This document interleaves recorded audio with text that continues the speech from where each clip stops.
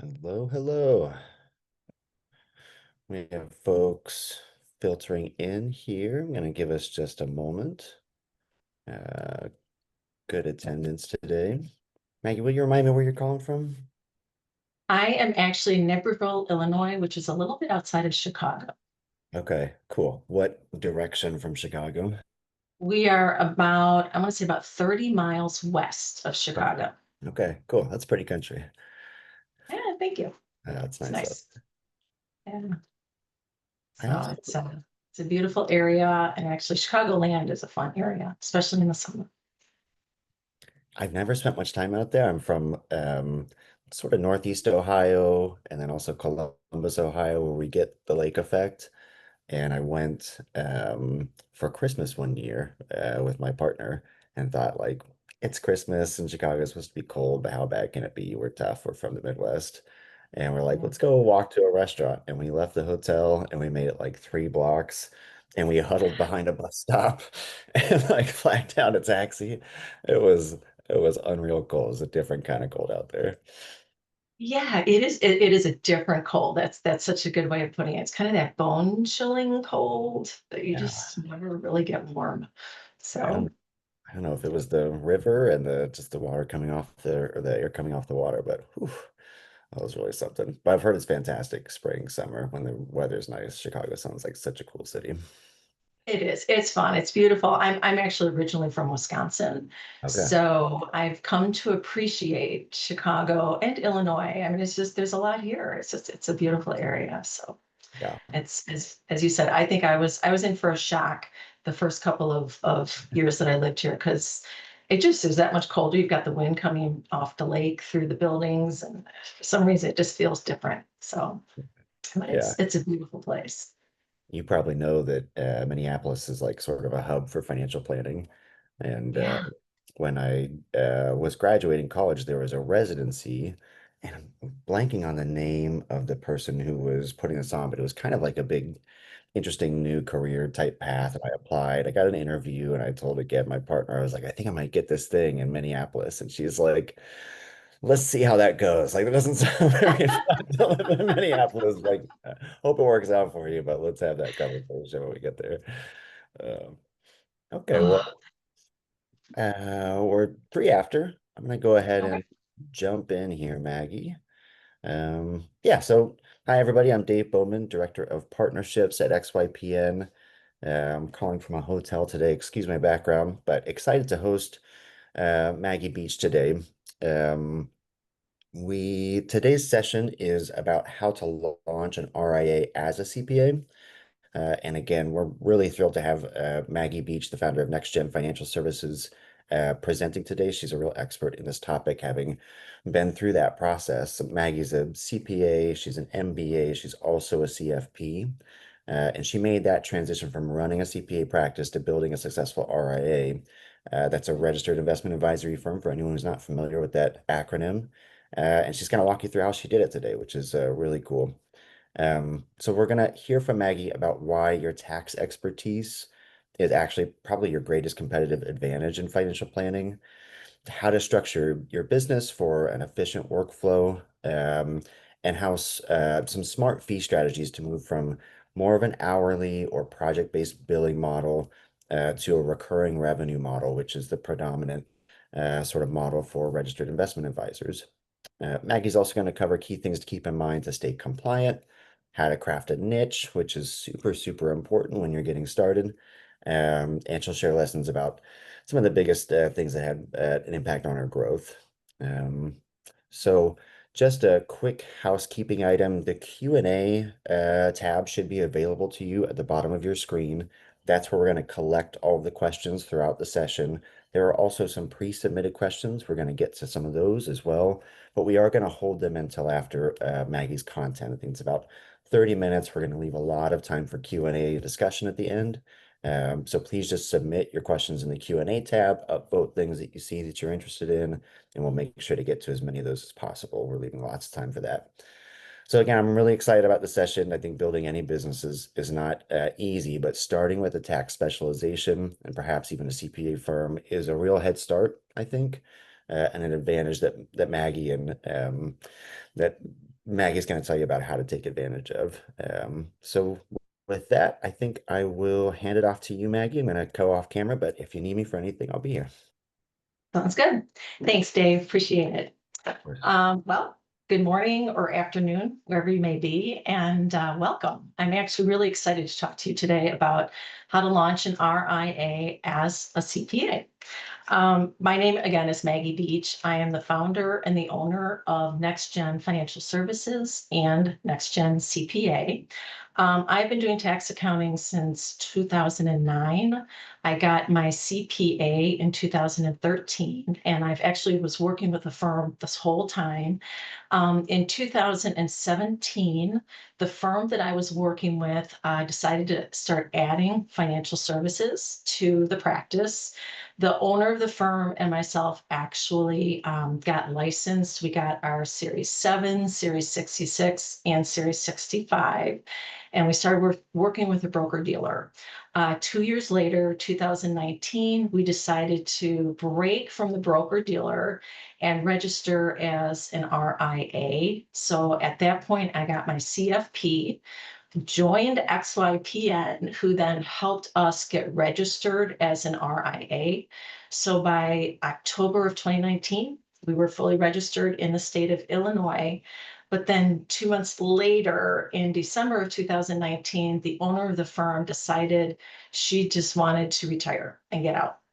So I found myself basically in January of 2020 with my own CPA tax firm and an RIA. Fortunately, there was no non-competes, so any client that wanted to come with me was free to come with me. But I also then faced the headwinds of COVID. So it was a very interesting time, but I can't give enough credit, and I will plug XY because I knew that I had somebody I could rely on to help me through all of this.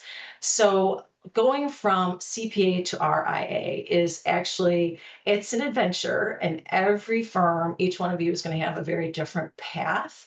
So hopefully today I'm just going to give you, some I guess, pearls of wisdom based on my own expertise, but I can't tell you enough that the best resources are those other RIAs or other CPAs who launch their RIA firms. So seek them out wherever possible. So with that said, let's get started here.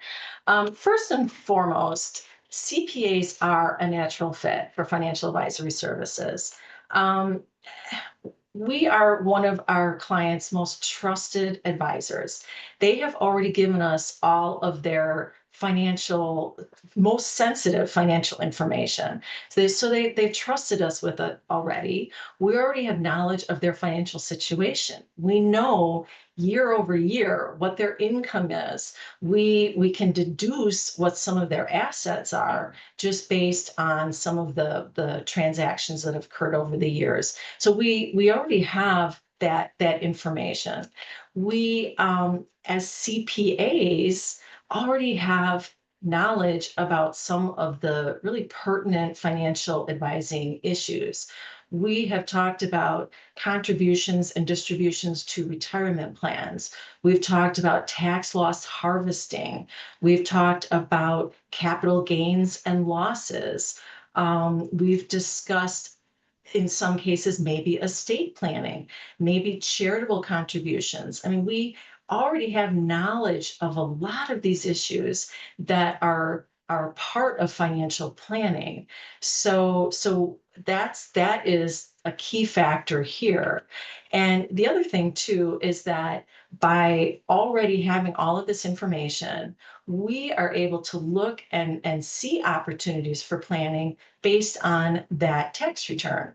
They a lot of times when you're talking to a client about their taxes, they may already be asking you things about investments or about different transactions, or maybe some action that they should take that's related to their financial life. So without realizing it, you probably are already giving advice in this area. The other thing too is that most clients want a trusted single advisor for both tax and financial services. The AICPA did a survey, and they found that 2 out of every 3 affluent individuals say that tax knowledge is the most important consideration when they are selecting a financial advisor. So you already have this information, and they're already trusting you. So it is a natural fit. And finally, I think we can thank Secure Act 1.0, 2.0, OBA for creating additional planning opportunities for us as CPAs and already being knowledgeable about the tax piece of financial advising. Okay, my biggest issue is I'm already so busy. Why do I want to do financial advising? And I think we can take a look at some of the factors of our tax firms and kind of make the case for starting a financial advisory firm. First and foremost is that you're able to control your schedule. You can stretch out your interaction and advising throughout the whole year rather than compressing it into 2 or 3 months. Secondly, you don't have to be privy to only the IRS deadlines. Right now, as tax CPAs, we are responding to deadlines that are imposed by the IRS, whether it's tax filing, whether it's tax notices. I mean, we're always responding to them. As a financial advisor, you get to control that schedule a little bit more. You can set up your own client schedule throughout the year and determine when you want to meet with these clients and create just a little bit more I guess focus and a deeper conversation with these clients because you're not being rushed to meet the IRS deadline. Um, it creates additional revenue stream. Things with some of the tax softwares and DIYs, the tax prep margins are shrinking. But if you already have a tax return in front of you, you're able to find opportunities for more additional services. So it's kind of goes hand in hand right there. And finally, you can create more fulfilling work for yourself. I mean, you're going to have these deeper relationships. Your clients are going to come to you with more questions. And instead of just preparing a tax return and entering data into a return, you're actually going to be able to expand this and talk to them about so many things that are much more extensive and really meaningful in their lives and just have a little bit more impact on their financial. Okay, so I've convinced you now it's the right thing. So the next question is, where do I start? Um, the first place is you really want to determine what types of services you're going to offer. Are you going to offer financial planning only? Is it going to be, are you going to manage assets? Are you continue to do tax prep? Or is it going to be some combination of the three? So we started, and I think the best place to start is with your current list of clients and just list them out and segment them into different services. Where do you see yourself servicing these clients, knowing that they can morph into different segments? But once you've kind of segmented them off, then I would really drill down and define what you're going to offer within each of those segments. And you'll kind of, it'll form a picture for you to help you determine, where do you start and what type of services would you start offering. The next then is, and this is going to be a little bit more technical, but the next is deciding whether or not you want to work with a broker dealer or become a registered investment advisor, the RIA.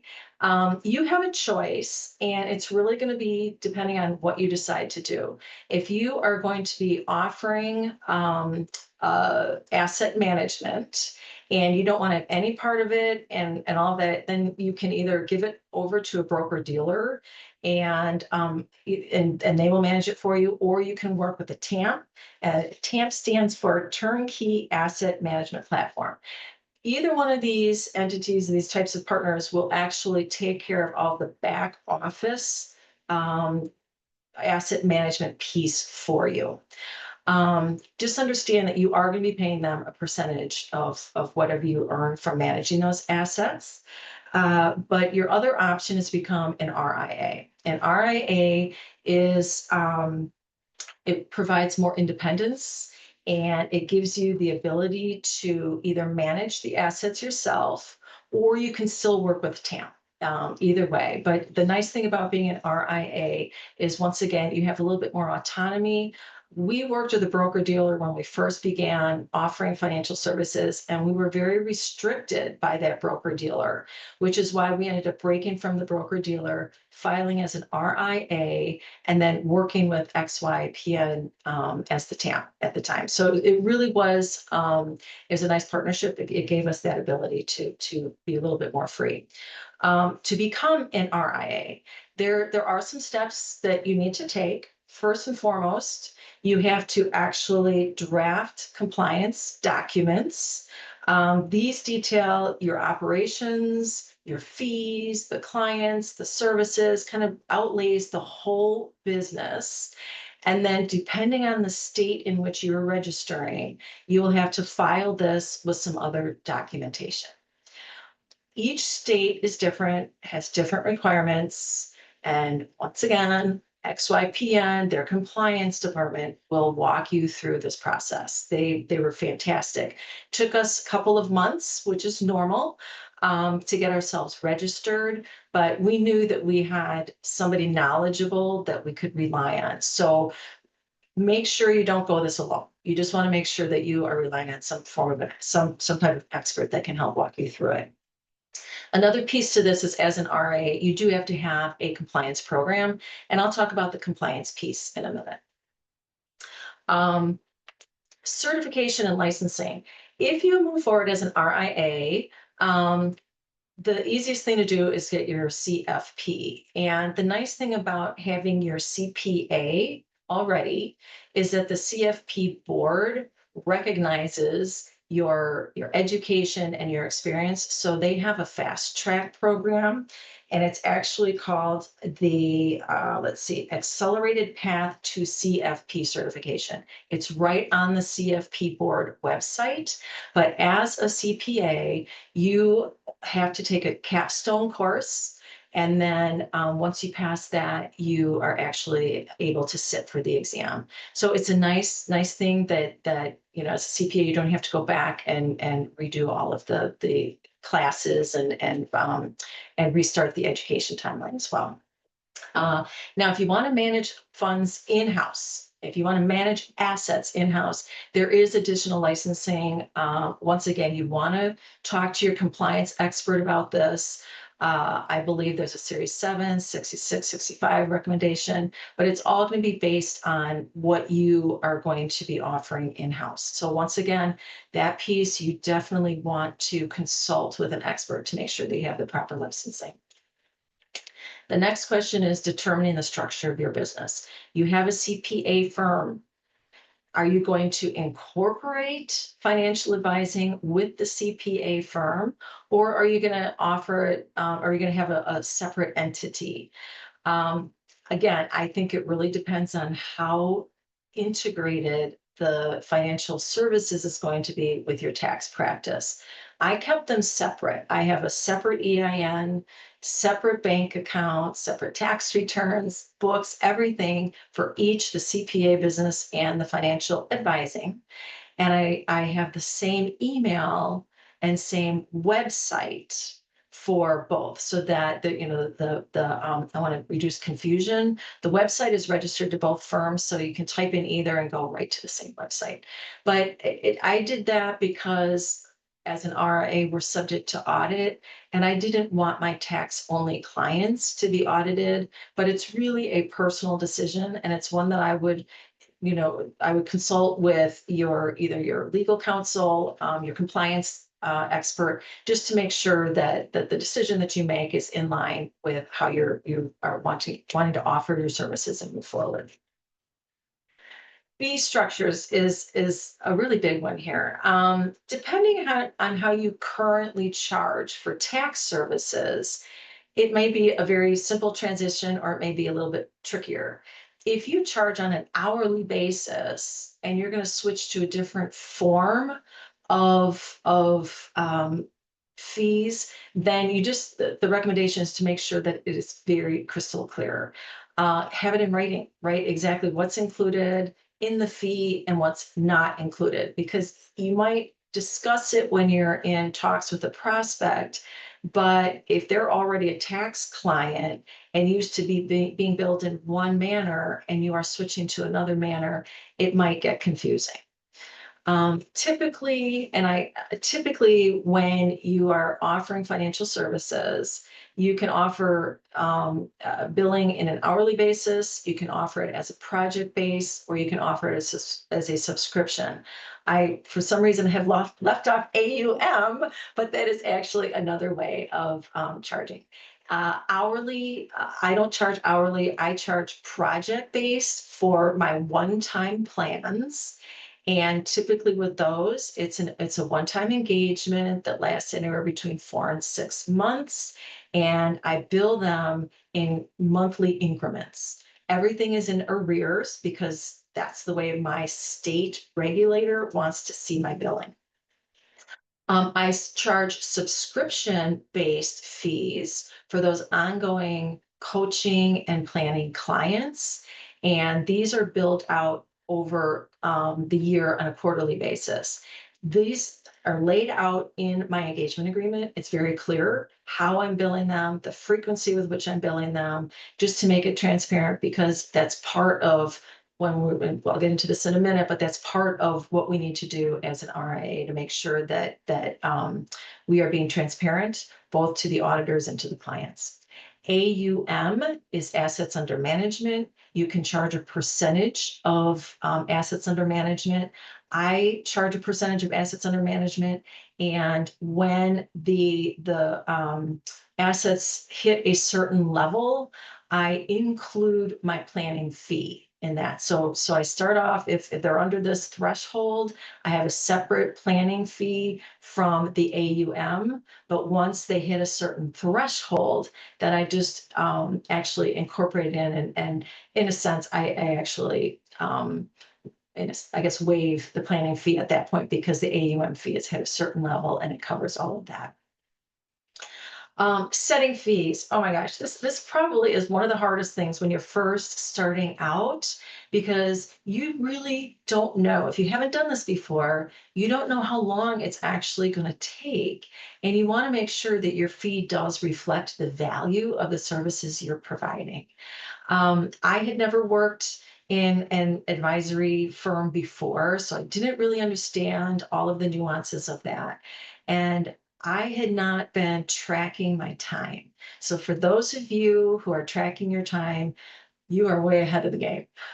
It took me a bit. I finally got on board. I use Toggle, but I know that there are others. I believe Intuit even has one, but it is a game changer. Once I actually realized how much time I was spending and what I was not charging for, I was actually pretty upset. So I went back and I was working with a coach, and I actually together we figured out what a realistic good fee would be, and I increased my fees and there was no pushback.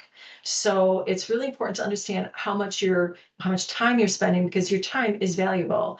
But also, as you gain more knowledge, we have ongoing requirements, and I keep adding these certification and letters to the end of my name, because I'm gaining them as I am just getting my CPE.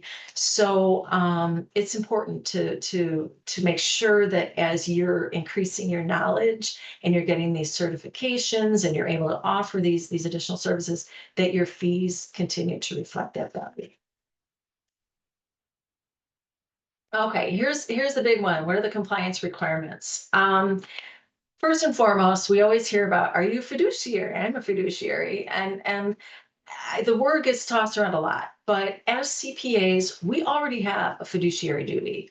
It's just the fact is that it's different when you have an RIA firm versus just a CPA tax practice or accounting practice.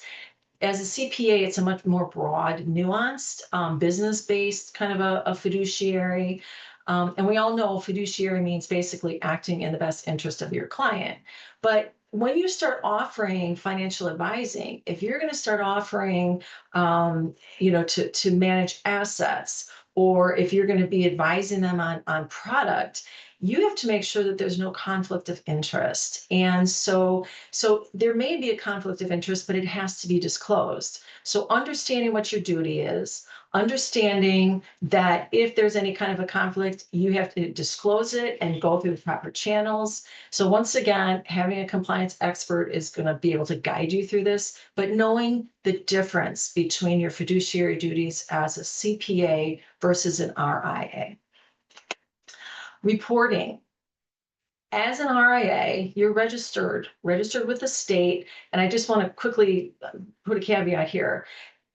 Once you have assets under management that are over, I believe the threshold is 110 million, you then have to register with the SEC. For purposes of this presentation, I'm just going to assume we're all under that and we're all registering with our respective states. So just wanted to cover that. But just know that there are going to be reporting requirements once you are registered with whatever states you're doing business in.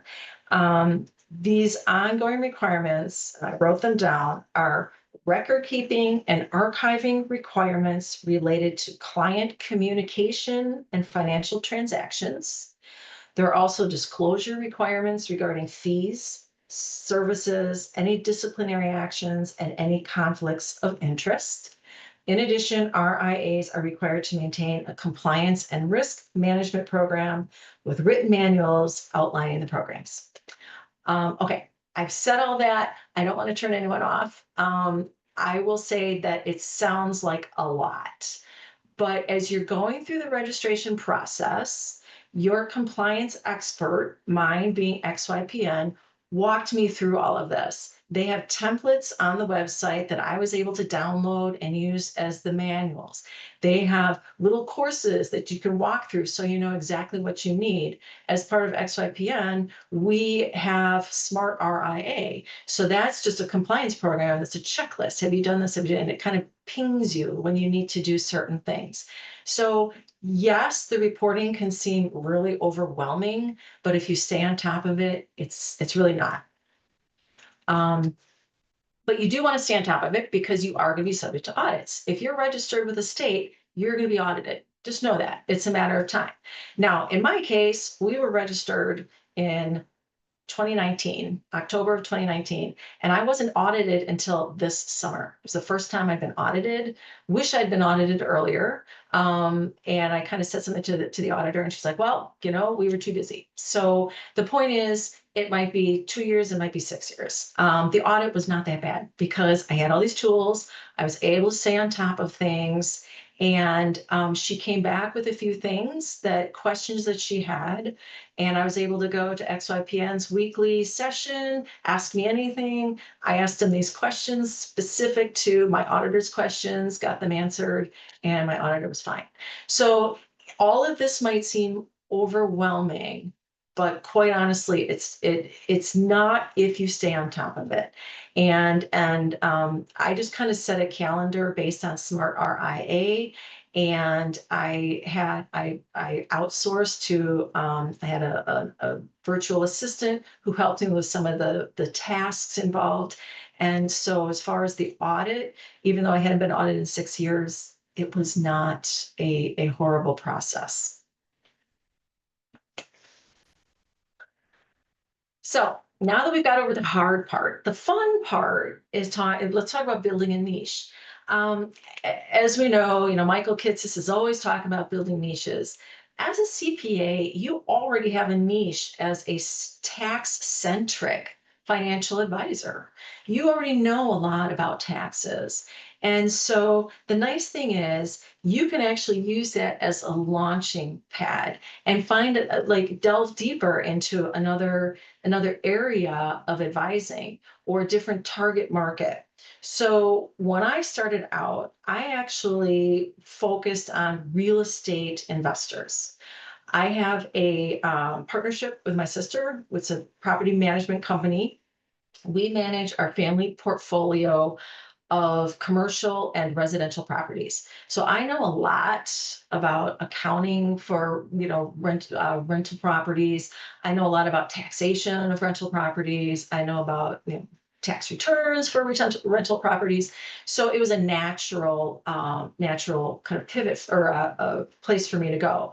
There is a group in XYPN of real estate centric advisors. They've developed a curriculum for advisors. They have a class. They have all these incredible resources, and it's focused on helping other advisors. So that's a niche right there. I actually pivoted over to retirement. I love early and pre-retirement clients, and also a lot of them are caregivers helping their parents. So in working with them, I've actually kind of grown a really strong, deep niche in working with retirees and caregivers. Uh, Leverage your existing contacts. As a CPA, you probably are already members of AICPA and or your state CPA society.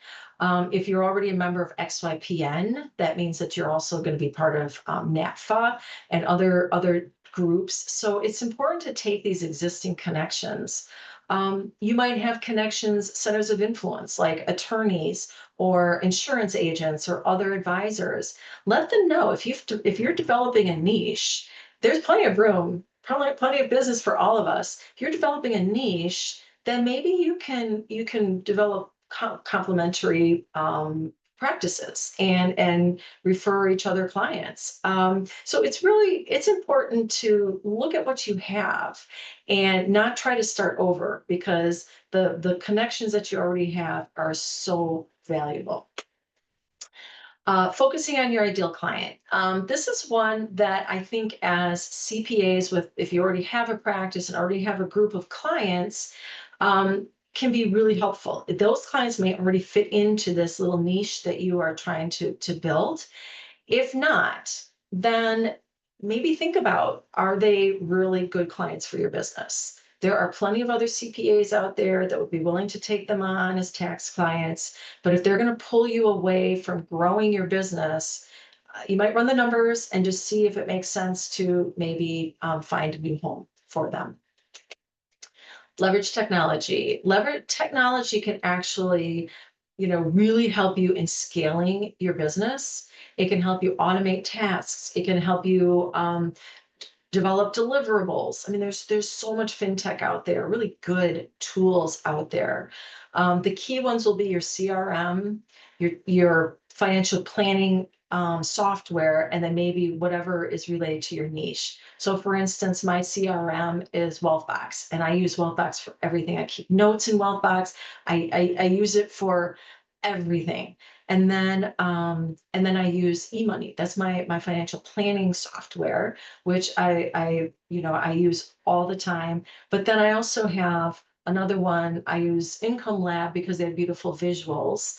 But there's also other software out there like Holistic Plan that focuses specifically on the tax piece of things. And there are other softwares that focus on other aspects. There's Will and Trust that will focus on that piece. There's so many different tools that you can use. So use them.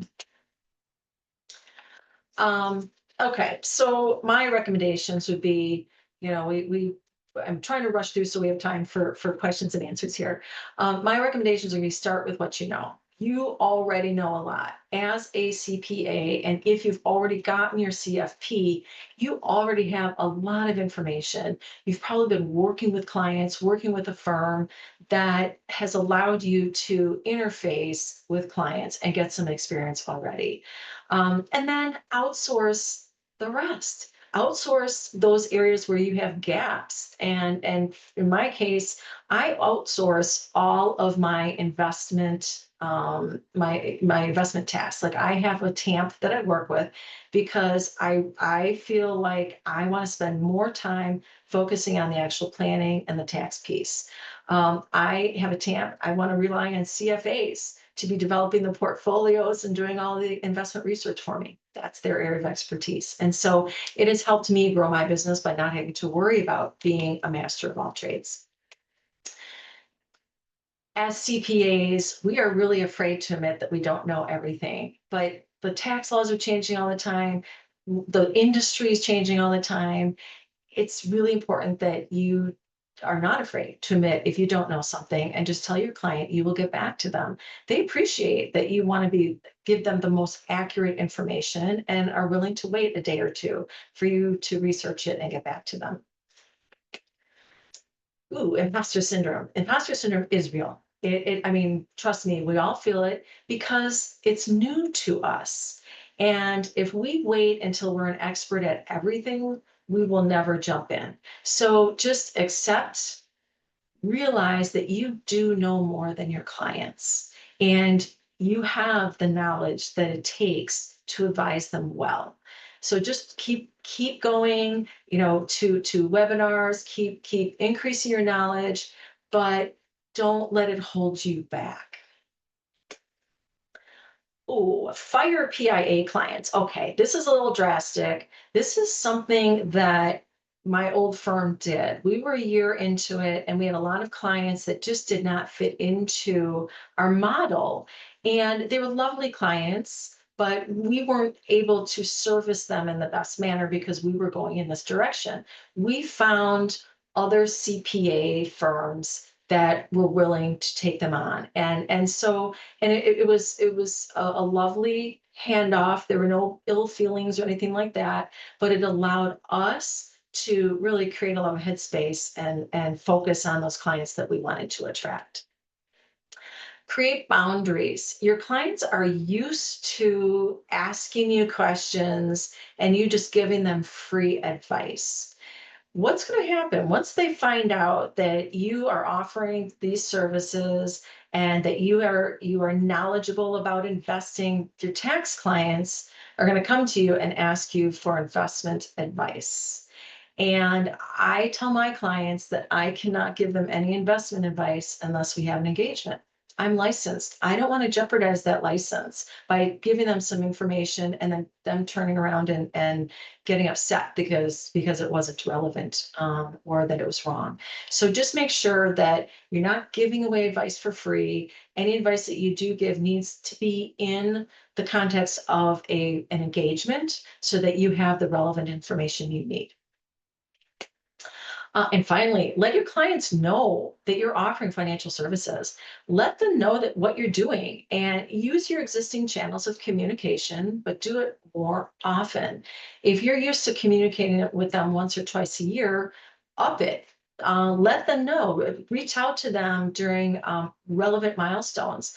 I reach out during Medicare enrollment. I reach out when RMDs need to be taken, and I talk to them at the beginning of the year about QCDs. So it's important to look at the things that from a tax perspective you might already be talking about, but then use that as an opportunity to expand the conversation. At the end of the year, if you're doing tax planning, start talking to them about Roth conversions and then how you can help them as a trusted financial advisor, not their tax preparer. So let them know and let them know often. Outsource. I cannot really emphasize this enough. There's so many great resources. Use them and recognize where you need them. And don't be afraid if you find that, it's the engagement is with an outsourced resource might not work anymore. That's fine. You can always move on. You're not stuck with this. And you can also bring, if you're outsourcing something and you find that you want to bring it in-house, there's nothing stopping you. You still can do that, but know that you have these resources out there that are able to support you as you launch this RIA. And rely on your network. If there are a lot of these organizations that I already mentioned, AICPA, XYPN, state CPA societies, they have local meetups. And if you've never been involved in a financial advising firm before, which I never was, it's really helpful to hear about best practices. It's really helpful to hear how other firms are run and to learn what other resources are out there. So make sure that you do attend some of these, go to conferences. There are certain conferences that you may find are really good for networking and others are really good for knowledge. So pick and choose accordingly, but just make sure that you do try to attend some. And then find or create a mastermind group. And not just one. I mean, as many as you need. But the point is to create or find a smaller group that you can join, that you can discuss more of the nuances of your specific business. You don't want to be, giving sensitive information out to a large network, but it's nice to have a mastermind group as you're launching, as you're growing, because they might be going through some of the same issues that you are. And the mastermind group that I joined with XYPN, we all launched right around the same time, and we were all able to really feed off of each other and help each other. We all had very different practices, but I learned so much from them about investment advising. They learned so much from me about taxation and accounting. So it's a great way to learn, but it's also a great way to realize you're not out there by yourself. I'm a solo practitioner and it can get very lonely sometimes. And if you have a bad day, who else are you going to be able to reach out to? If you have a mastermind group that they understand you, they know you already, they appreciate your business, and they appreciate what you're going through. So it's important to have that type of a resource. Okay, finally, factors that made the biggest impact on my success. These are really intangibles. All of the other slides that we've discussed have really been about, maybe setting things up and all of that. This has really, for me, been kind of a mind shift, and it's the journey that I've gone through. I had to look back and just see, okay, what has impacted my success. And I think the first thing was I started trusting myself. I finally, I think, broke that ceiling of that imposter syndrome and realized that I really was helping clients, that I did know more than they did. I had something to bring to the table.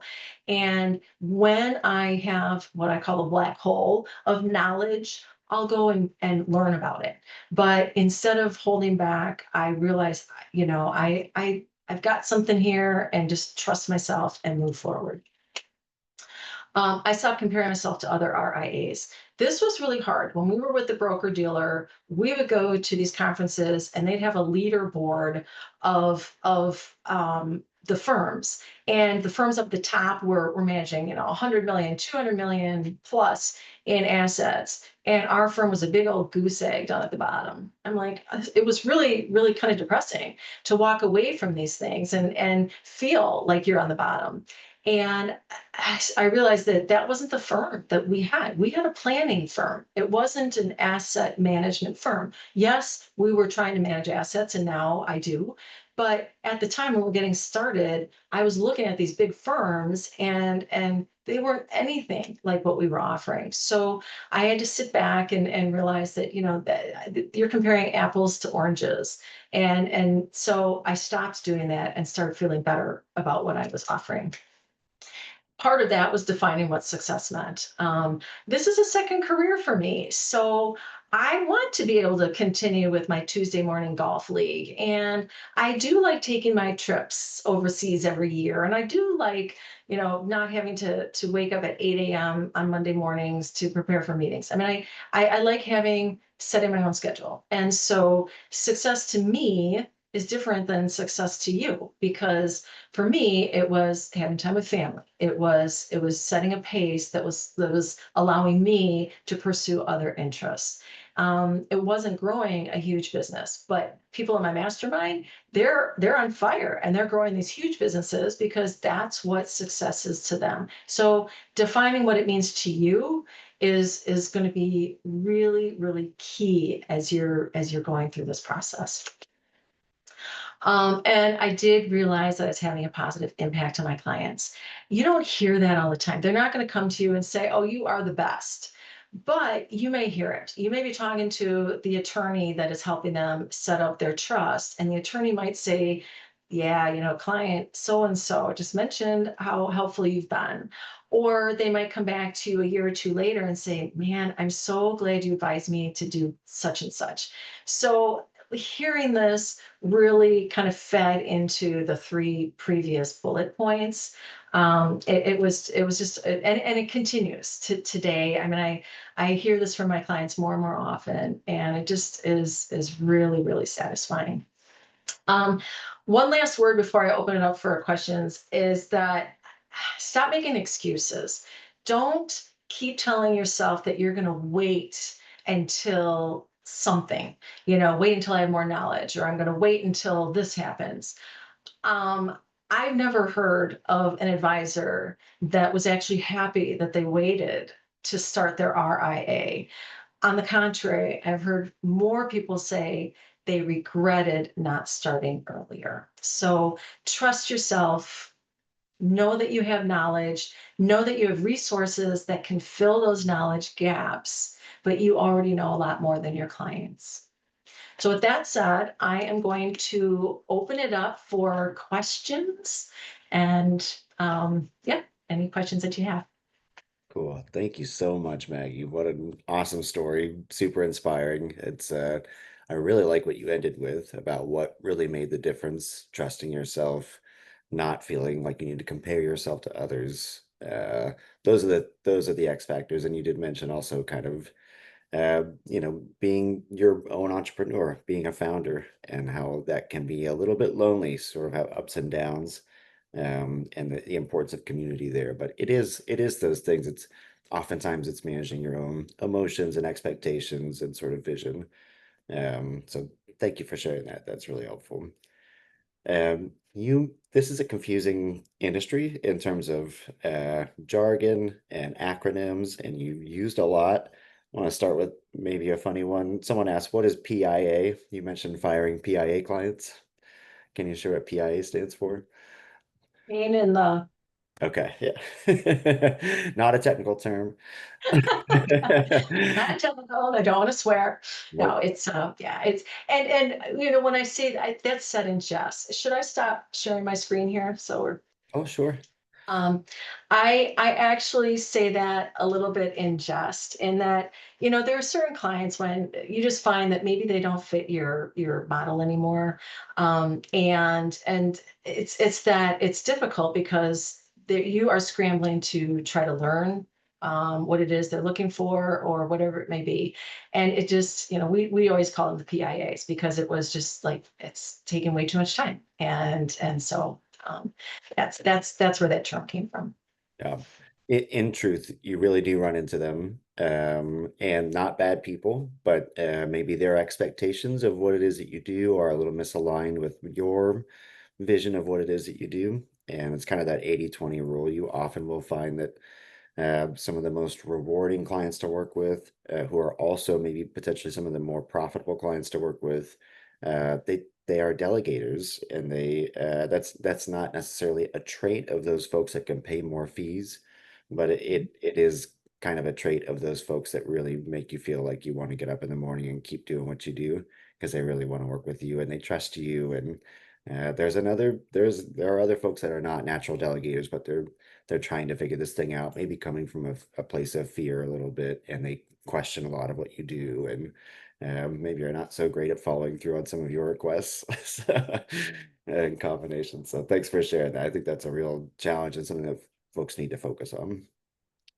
Kind of staying on that theme of navigating this industry, there are a number of questions about what do I need in order to become an RIA? And so I just wanted to clarify a couple of things. You started out, uh, first foray into giving financial advice and investment advice at a broker dealer. Um, so there really are these two options. There's the broker dealer world, which is there are more, but predominantly the broker dealer world is more of a legacy model.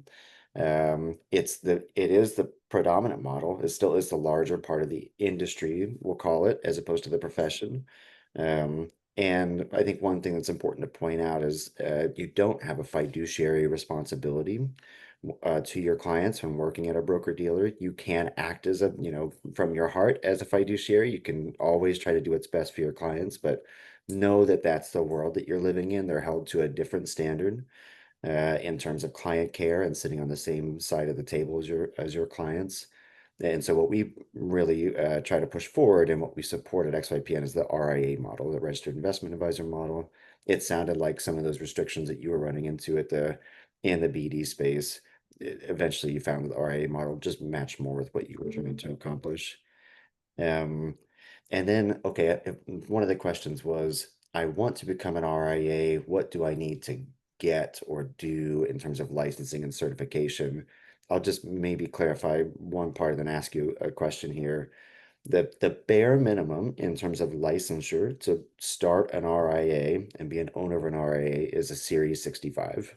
That's, I think, the easiest and quickest path. It's a FINRA license. It probably for smart CPAs on the call, it's maybe a couple weeks of study, and you'll get through it, which is maybe saying something about our industry. With a couple weeks, you can become a professional investment advisor. But I think what we would recommend in the path that you took, where you can, and I think a lot of folks do this, they start with the 65 so that they can work at an RIA and be in meetings and talk in those meetings. But you really kind of want to work towards the certified financial planner designation.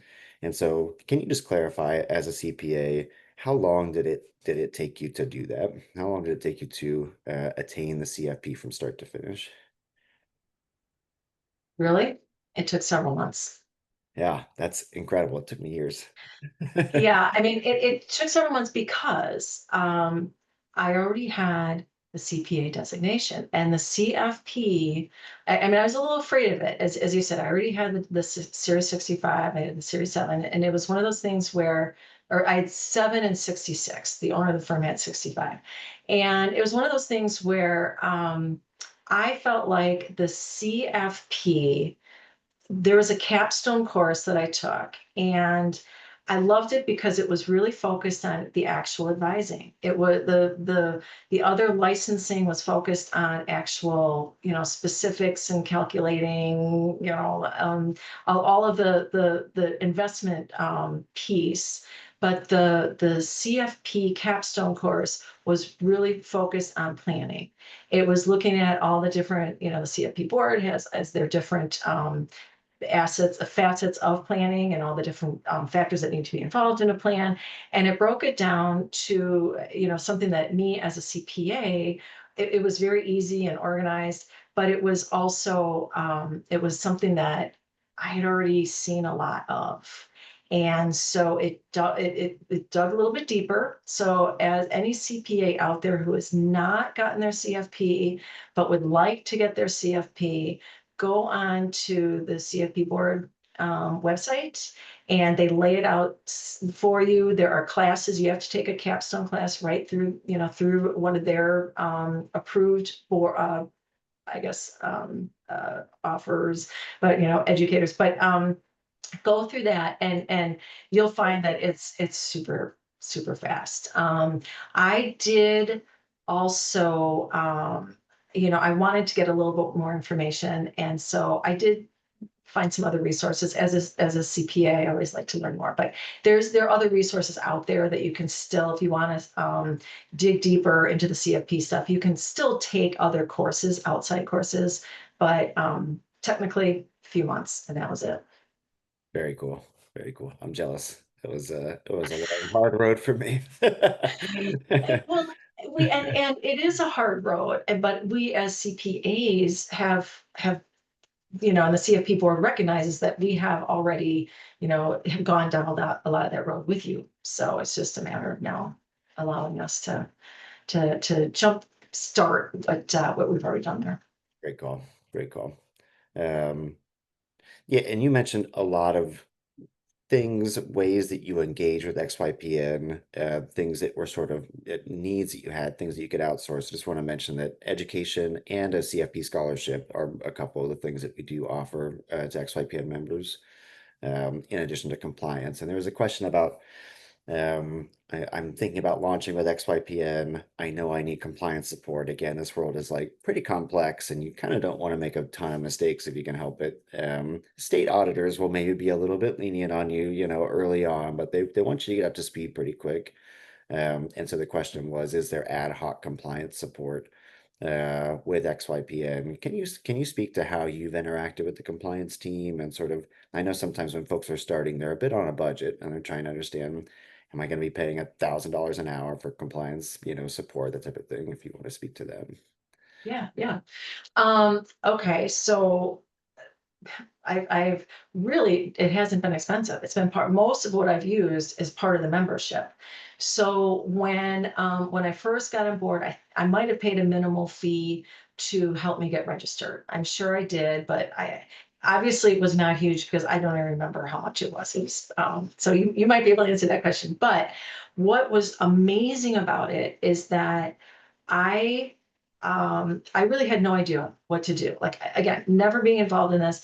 And I reached out to XYPN, and the compliance department basically said, all right, this is what we're going to do. Walked me through it. And then I had a few specific questions, and they offered the option to like buy. I could hire. There was a tier of service, and I could up the tier of service. So I asked the person, I'm like, well, these are the questions I have. And they're like, no, you know what? You probably don't need that additional tier. You could just go to our Wednesday session and ask individual questions. So I did that several times. I was able to just jump on. I believe it's every Wednesday. I think you even do it twice a week now because I just did it when I went through my audit. And you plug in the questions, and your specific question is answered. And I've never had a time where my question wasn't answered. I know that there are enough sessions there, and I believe that maybe Kendra or somebody had followed up with me if I needed additional answers. Not in depth. I never expect that, but just I've always been able to get questions answered. Um, and throughout my time, when the year in 2019, when I was registered, and then 2020, when the owner of the firm left, I actually hired compliance to actually redo my ADV. Rather, because part of the membership includes that annual.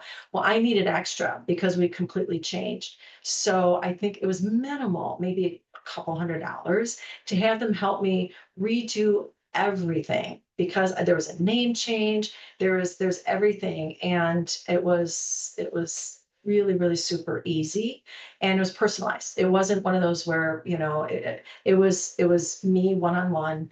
And then one other time I had to do a change mid-year because I changed my offering enough that I reached out to XY, and I had to file a new ADV, and compliance just pointed me right to, there was a site on the website with steps. Here's how you do it if you're going to update your ADV mid-year. Okay. So I've always had all the support I need in any situation that I've had to. And again, cost has been minimal, and support has been spot on. That's great to hear. Thank you for sharing that. I do, again, there are so many acronyms, that there's so much concern about like, how do I get registered? What are all these pieces? I just want to kind of demystify a bit of that. I know Yeah. we're coming up on time, but again, you mentioned using XIPN's TAMP, the third party asset management platform, to do some of the investments as well. And I think that that's a scary part for many folks. Like, I'm becoming a registered investment advisor, but like, I don't know if I'm like managing investments is really my forte, is my skill set. So I think there are many reasons to do that, but just wanted to point out that's another thing that XY does. We just have a couple minutes. If you wouldn't mind, really quickly, one of the ADV questions was, most of my pipeline for potential clients is coming from other CPAs. So I didn't necessarily want to put tax planning or tax preparation on my ADV. How did you navigate that? I just talked about tax advisory services. And the thing that's another reason why I did keep my tax plan, tax prep practice separate from the advisory practice. So there wasn't any crossover. I make it super clear that there's a handful of clients that I do incorporate tax prep with, and those are long-term clients that I've had forever. But the newer clients that I'm taking on, it's a separate tax engagement, and that way there isn't any conflict of interest. I think also when I do talk to CPAs who, we're talking about referring clients to each other, I do let them know. The CPAs, I let them know specifically what I focus on, because there's only a certain tax. I'm finding the conflict comes more with other advisors who want me to do tax returns. And those are the ones that I'm like, I know if this is your client, find a CPA tax, firm. I don't want to take on tax for another advisor. And there are now more resources available, outsourcing tax resources that are available. That's so helpful. And again, just not being alone and being able to, these are squishy issues that like may not have super clear answers. So like you mentioned, having a mastermind group, creating a group of folks who are dealing with the same things and figuring out how to navigate them, I think is critical. Um, we are past time, so we're going to wrap up. There is a feedback survey after this webinar ends. If you wouldn't mind, just a couple questions. We'd love to get your feedback. If you are interested in speaking with someone on the XYPN team to understand how we could potentially help you launch an RIA, Maddie has put a link in the chat. And any closing thoughts, Maggie, before we go? This has been so wonderful. Thank you for your time. Sure. Well, I apologize. I spoke longer than I planned, so I was hoping to answer more questions. Feel free to reach out, if anybody has questions. But again, you as a CPA have more knowledge than you realize, and your experience working with clients, your experience preparing tax returns. If you're more on the accounting side, you understand how businesses are run. You understand how numbers work. So, and you've had experience with them. So trust that experience. And I would say, as I said before, just don't wait until you feel like you have all the knowledge, because you never will. The laws are changing all the time. And if you wait, you're never going to jump in. So trust yourself, get yourself some good resources. I know XYPN, I can't say enough about how helpful XYPN has been. Launching a firm was so scary, and they literally were there, and I learned so much from XYPN, but also from other advisors. And so, be open to it. It might not look like your practice, it might not reflect what you are offering, but you still have, there's still lessons to be learned. Cool. Thank you so much for that. Yeah, great opportunity to do a lot of good in the world, really help your clients in a deep way. So, um, thank you, Maggie. Hope you have a great rest of your day. Thanks for joining us. We'll send any resources, the slides, I think maybe if you're okay with it, Maggie, we could send contact information if anyone wants to reach out. But thank you all for joining us, and thank you so much, Maggie, and have a great day. My pleasure. Bye bye, everyone.